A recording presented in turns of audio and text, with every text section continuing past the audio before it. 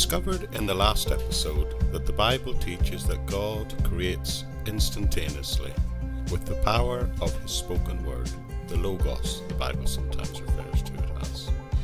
The universe, with its stars and its planets, were declared to be and placed in their orbits immediately. He also created Adam with what some people call a parentage. In other words, He did not create the first human being as a baby. He didn't create a boy. He created a fully grown, mature, adult man.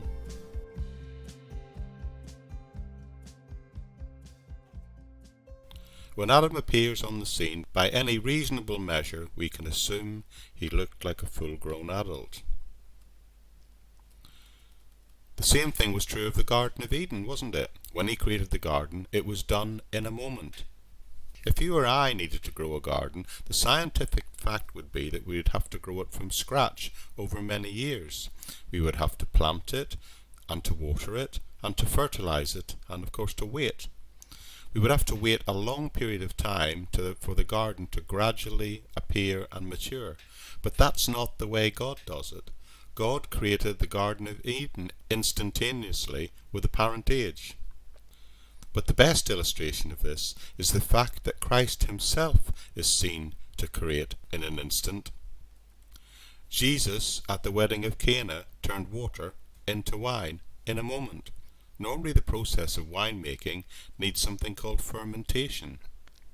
But Jesus took a jar of water and turned it into wine in an instant. That wine He created was mature, ready to drink as wine. It wasn't just grape juice. You see, when God creates, He doesn't have to take long ages of time to put things in motion. The Bible tells us that God always creates in a moment with a parentage. Repeatedly, the Bible tells us that the means of His creation is the spoken word of God Himself. Genesis, but the Psalms also, both use the repeated phrase, by the word of the Lord, to illustrate this. God does not need long periods of time. He simply speaks and it comes to pass. Direct creation, ex nihilo, out of nothing, with a parentage. Recent developments in science are truly amazing, and they tell us everything about the world that we can observe at this point from this point. Over 100 years ago, science thought there was just one galaxy, which was our galaxy, which was called the Milky Way. Then an astronomer named Edwin Hubble built a large telescope and he put it in the Californian mountains, and in 1919 he gazed heavenwards and he noticed that distant objects were moving and that they weren't in fact single stars as previously believed, but they were indeed other galaxies. And people noticed that the universe went way beyond our own galaxy.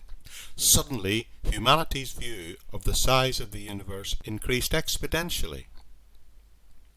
In fact, as recently as 2017, Professor Brian Cox, in a book that he published that year, says the size of the known universe has been revised and is now thought to be at least 10 times larger than it was thought just 5 years previously. So the universe is expanding and accelerating, both in size and in our understanding of its size.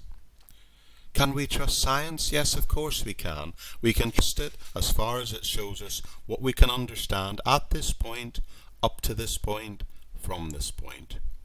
But true science always accepts that the theory will be revised upon, expanded, and even accelerated.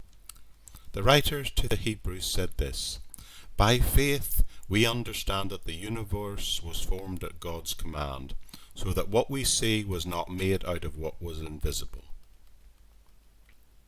So all of this is amazing, and all of this is well and good, but how do we apply this amazing idea of a creator God in our lives? Because without a spiritual application, all of this stuff becomes meaningless. And that's what I'd like us to do together in the next podcast.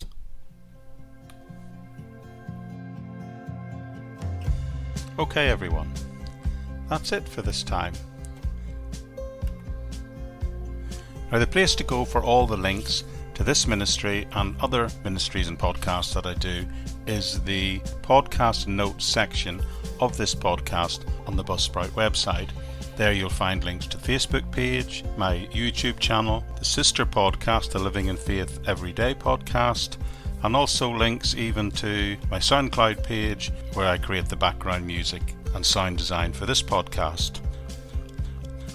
And there's also, even if you're that way inclined, a place where you can support the podcast and the other ministries to the tune of £1 a month, which really helps with the funding and costs of doing this.